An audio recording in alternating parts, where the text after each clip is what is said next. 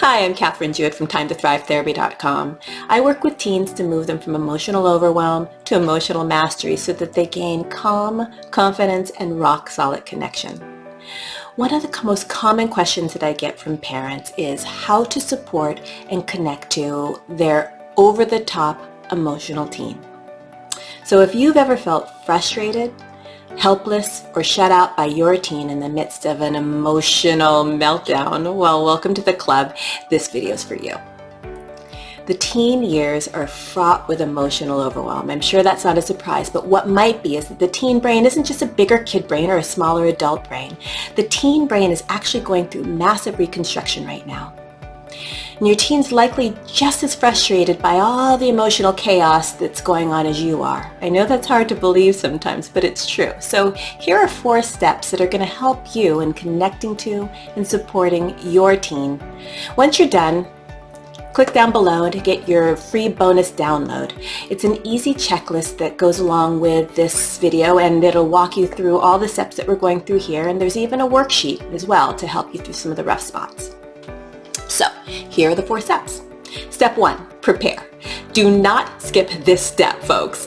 As a parent, I know how hard it is not to get caught up in our teens' emotions. We can tend to feel anxious, angry, hurt, and defensive when our teen is getting super emotional, especially if they're getting super emotional at us. So take a deep breath, and this one's one of the hardest things I'm going to ask you to do, but take an emotional step back. It's going to be really, really important to hear what your teen has to say, even if you ultimately don't agree with her. So it's important to postpone your own agenda for the time being, and that means you're going to have to take out your brain temporarily and put it to the side. So next step, in step 2, it's time to be tuning into your teen's world as best you can.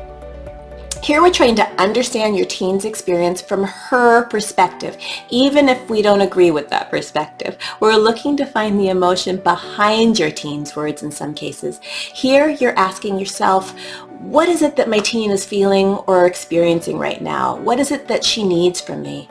Remember, the goal here is just to understand in this step. So if you don't understand, get curious and ask clarifying questions.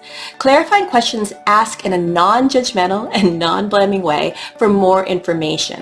When you think you really understand what's happening from your teen's perspective, not your own, you're ready for step 3. In step 3, you're going to summarize and reflect back to your teen what you heard her say or how you think she's feeling. You're going to be identifying and reflecting back her feelings to show that you've really heard and understood her, and that's one of the most powerful interventions that you can offer. So summarize what you think you heard or her say, or how you think she's feeling if the words don't quite actually tell the whole story, and do this in your own words so that, for example, I might say something like, it sounds like you're really frustrated and feel like it's unfair that I won't extend your curfew. Is that right? Making sure that you're consistently checking that you're really getting it is important here. So asking the question, is that right? Or something like that after your summation can really help you to ensure that you understand fully, and whether it tells her whether you really get it or not, or whether it's really clear. And when your teen really feels clearly understood, the last step is to validate some part of experience. This is really crucial to connecting to your teen. In validating, you're finding some part of what your teen is saying and feeling that you can really understand from her perspective. For example, well, I can see how you'd feel really anxious given how important that was to you.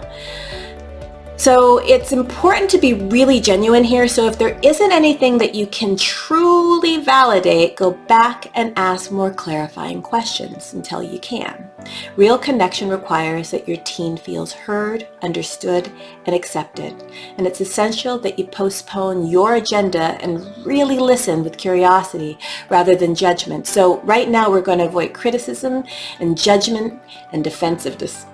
And then we're going to be careful not to minimize our teens' emotions as well. It's going to be really, really tempting here to want to rush in with solutions, or it's not that bad, but rushing to make her feel better can dismiss the feeling that she's feeling right now, and she desperately needs you to know and understand that feeling before you move on to the next.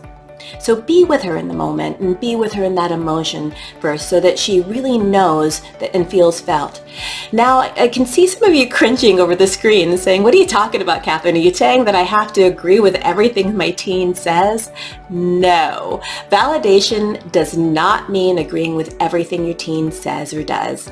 It doesn't mean doing whatever she asks you to do, and it's definitely not supporting unsafe or unacceptable behavior under any circumstances.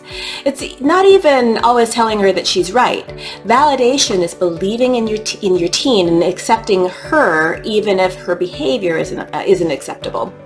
So tuning in and reflecting that you genuinely understand her emotion from her perspective, even when that's not your perspective, is a really important thing. Remember that your teen's brain is undergoing a huge change right now, and you can help her to weather that storm. That said, be kind to yourself and breathe.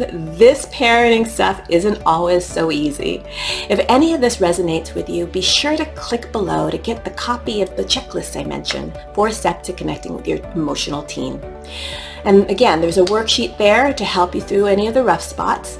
And if you have any questions at all, please feel free to contact me or shoot me a post down below. I'm always happy to help.